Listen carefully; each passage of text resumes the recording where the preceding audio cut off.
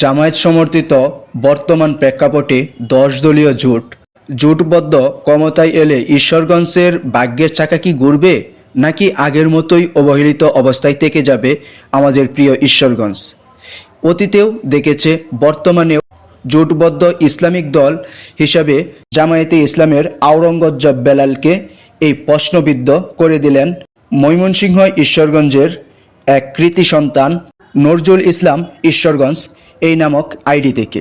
আসুন আমরা বিবেক বিবেচনা করি উনি যে প্রশ্নগুলি তুলেছেন কতখানি যৌক্তিক, এমনকি ইহা আপনাদের কতখানি যুক্তিসঙ্গত, এমনকি ইহা কি আওরঙ্গজেব বেলাল চ্যালেঞ্জ হিসাবে গ্রহণ করে নিতে পারবে, ভবিষ্যৎ পরিকল্পনা হিসাবে পরিকল্পনা করতে পারবে কিনা।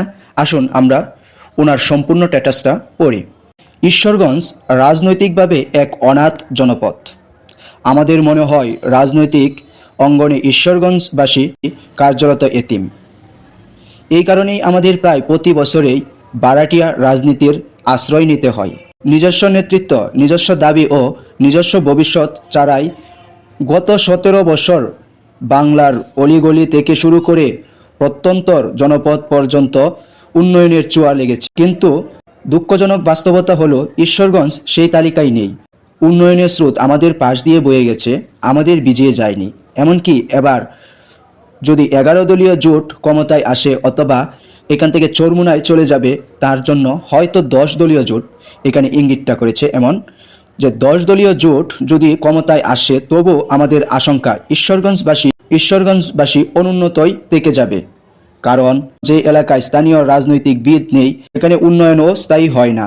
একটু সহজ সত্য আছে, যে মানুষ বিনামূল্যে সবকিছু পেয়ে যায় তার কাছে আর ফিরে যাওয়ার প্রয়োজন কেউ অনুভব করে না। ঈশ্বরগঞ্জে কোনো শক্তিশালী এলডিপি বা নিজস্ব দলীয় কাঠামো নেই, ফলে ভবিষ্যতে এখানে দল গড়ে ওঠার কোনো স্বপ্ন বা রাজনৈতিক বিনিয়োগ দেখা যায় না।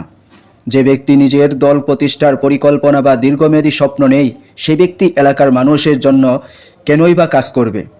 এখানে কিন্তু প্রশ্ন রেখে গেলেন নজরুল ইসলাম ঈশ্বরগঞ্জের এই ব্যক্তিটি। এলাকার উন্নয়ন তার রাজনৈতিক প্রয়োজনের মধ্যেই পড়ে না, মানুষের জন্য সে নিবেদিত হয়ে কাজ করবে, এই আশা আমার কাছে বাস্তবসম্মত মনে হচ্ছে না। ঈশ্বরগঞ্জের প্রয়োজন করুণা নয়, প্রয়োজন রাজনৈতিক মর্যাদা, বারাটিয়া প্রতিনিধি নয়, প্রয়োজন নিজস্ব নেতৃত্ব। নয়তো এই জনপদ বারবার ব্যবহার হবে কিন্তু উন্নয়নের তালিকায় নাম উঠবে না।